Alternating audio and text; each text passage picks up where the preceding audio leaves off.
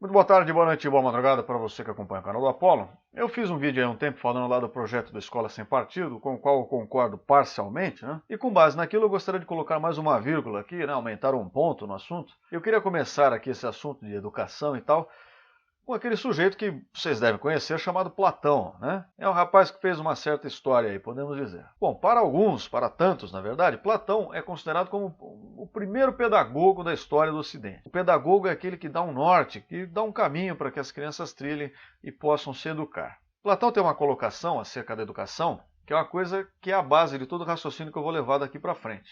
Ele diz que educar uma pessoa não é lhe dar os olhos, não é lhe entregar os olhos, mas sim lhe ensinar a enxergar. O que isso quer dizer?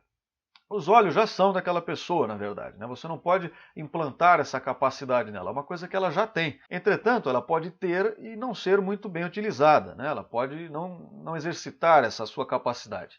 Então, educar seria, na verdade, fazer com que a pessoa reconheça essa sua capacidade de enxergar, ajudá-la a enxergar. A educação não depende única e exclusivamente da sua participação ativa enquanto educador. Você não pode educar alguém por alguém, entende? Isso é realmente uma coisa da própria pessoa. Isso é uma coisa que também eu ouvi repetidas vezes. Tem uns bichos andando aqui, mas tudo bem. Inclusive numa palestra há uns 10, 12 anos atrás, que o Olavo de Carvalho deu sobre educação.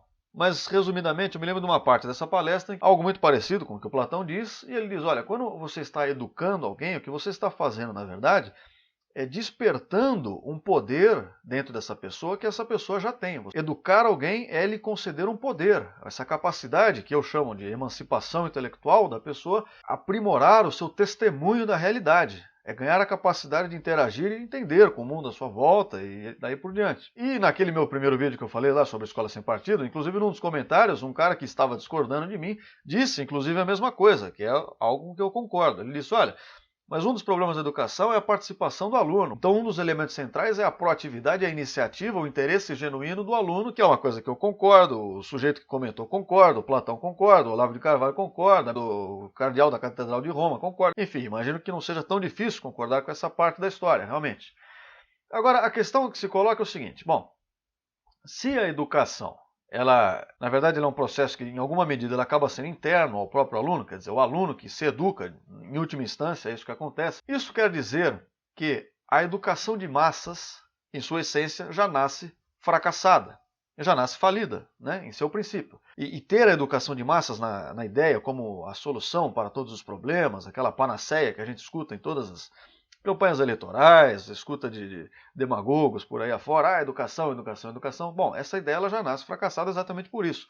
Porque a educação, em última instância, não depende de um modelo, necessariamente, não depende de uma vontade, de um querer externo ao do próprio agente do educado, né? Isso quer dizer que nem todos irão se educar de fato, porque nem todos têm esse interesse, e isso é absolutamente natural, tá? Não estou nem fazendo um julgamento de valor quanto a isso. Seja na população de que país for, ou de que época histórica for, você não vai encontrar em cada esquina um Aristóteles, um Platão, um Tomás de Aquino, um Isaac Newton, um Galileu. E isso, claro, tem a ver um pouco com a capacidade individual de cada um, que difere entre uma pessoa e outra, naturalmente, mas também tem a ver com essa questão do interesse particular, que pode não ser um interesse genuíno por parte de todos. Então, se você entra numa sala de aula com 40 alunos, se você encontrar ali 3 ou 4 pessoas realmente interessadas em investigar um assunto, em se perguntar, olha, mas por que isso e não aquilo? Por que isso é assim e não é daquela forma e tal? Já é lucro, né? A maioria das pessoas que estão numa sala de aula estão lá ou por obrigação, porque a mãe e o pai obrigaram ele a estar lá, ou por medo, muitas vezes, porque ele ouviu de um terceiro, olha, você precisa estudar, se você não estudar, você não será ninguém na vida, estudar é uma obrigação, etc, etc. Então o aluno acaba estando ali, fazendo parte daquele processo chamado educacional, que não é educacional de fato, mas simplesmente de uma forma muito passiva. O que vai acontecer nessas escolas, no fim das contas, não é educação, mas sim o puro e simples ensino, isto é, serão repassadas informações, técnicas, conteúdo da matéria, isso e aquilo. Entretanto, o domínio daquilo que a gente chama das artes da mente, a gramática, a retórica e a lógica, não necessariamente vai ser desenvolvido. O domínio dessas artes, já por si só, significa a tal da emancipação intelectual do indivíduo. Isto é, se o sujeito tem a capacidade de analisar contextos, de interagir informações, né, coadunar informações, de analisar aquilo que lhe é posto sob um crivo lógico, ele automaticamente está imune, praticamente assim, idealmente falando, a falácias, ou pelo menos vai se tornar muito mais difícil dele cair num conto do vigário, né? Qualquer cara que vem e fale alguma coisa para ele, ele tem todas as ferramentas necessárias para colocar aquilo à prova, né? E inclusive questionar.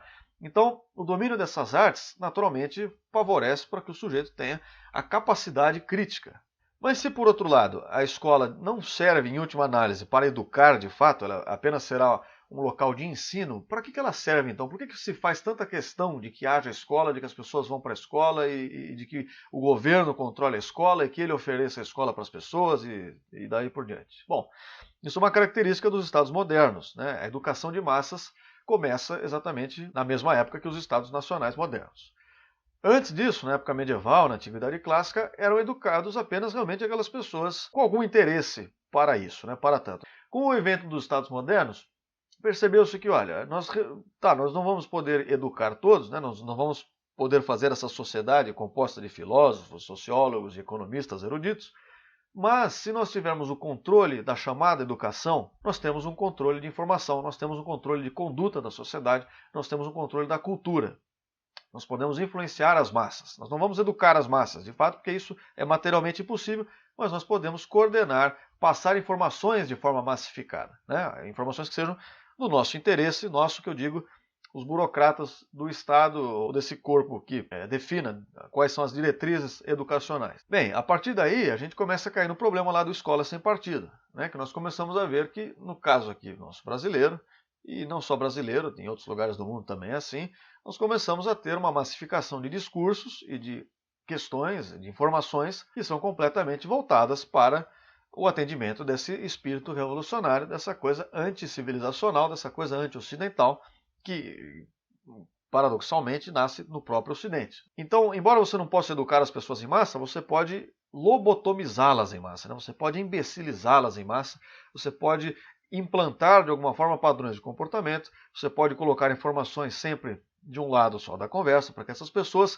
que já não têm um senso crítico, já não têm a educação como inclinação natural, mas elas têm essa informação. Então, uma pessoa que tem acesso à informação sem a capacidade de discerni-la, sem a capacidade de discriminá-la perante a sua própria vivência, perante crivos lógicos, perante, enfim, o seu testemunho da realidade. E é exatamente a este ponto que vai a crítica, né? Nós temos no nosso modelo educacional um verdadeiro fracasso e algumas pessoas ainda sugerem que seja um problema de recursos. Ah, faltam recursos. Quer dizer, nós precisamos expandir o modelo. Não, nós não precisamos expandir um modelo fracassado. Na verdade, não faz o menor sentido expandir um modelo fracassado. Se você não consegue fazer um modelo de pequena escala que funcione para poucas pessoas, se você não consegue educar de 1 para 1, quer dizer, um professor para um aluno, como é que você quer educar uma massa inteira? Se o seu modelo não funciona em pequena escala, como você quer reproduzi-lo de uma forma global? Isso não faz sentido, é como se fosse você fazer uma torta. Você pega uma receita de torta, só que a receita está errada. Então você faz a torta, dá tudo errado, fica um bolo, uma maçaroca que não dá nem para comer. Aí você diz, ah, bom, já que essa aqui ficou ruim, eu vou fazer então do mesmo jeito, só que uma versão maior. E, portanto, aqueles discursos demagógicos que nós ouvimos vez ou outra, ah, o dinheiro do pré-sal vai para a educação, o dinheiro, 10% do PIB na educação, 20% do PIB, 300% do PIB na educação, você pode pôr 1.500.000% do PIB na educação. Isso não vai resolver o problema, porque o problema antes ele está na inconsistência primeva daquilo que se propõe. Você está propondo fazer uma coisa que, para começar, não pode ser feita de maneira centralizada. E, além de tudo, quando você coloca você cria esse ideal de que, olha, educação é alguma coisa que tem a ver com o Estado, educação é uma coisa que tem a ver com o governo que provém a educação. Você desresponsabiliza os verdadeiros e primeiros agentes educacionais da vida de uma criança, que é a sua própria família.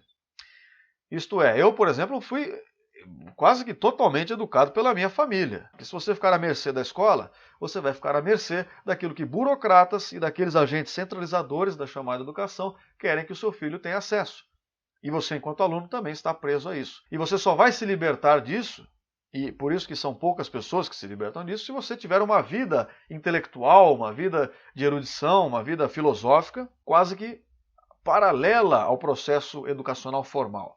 As pessoas que, principalmente a maioria das pessoas que eu conheço, que tem alguma coisa útil a dizer, a maioria das pessoas que eu conheço que sabem do que estão falando, que têm uma visão filosófica profunda, elas sempre trilharam o caminho quase que por fora da academia, por fora da escola, porque na escola ela não encontra exatamente o ambiente para que isso aconteça. Mas aí que está o risco. Se é muito difícil ajudar, se é muito difícil educar uma pessoa só, posso dizer que é muito fácil atrapalhar. É muito fácil você esmerdalhar a situação toda, de modo que essa pessoa tenha muito mais dificuldades, tenha mais obstáculos para conseguir se emancipar intelectualmente, conseguir uma autonomia crítica, uma autonomia racional, para aí sim dar sequência nos seus estudos. Bom, esse vídeo deve ter ficado bastante longo, mas como sempre, não posso fazer nada, né? Enquanto isso, um beijo enorme a todos vocês e até a próxima.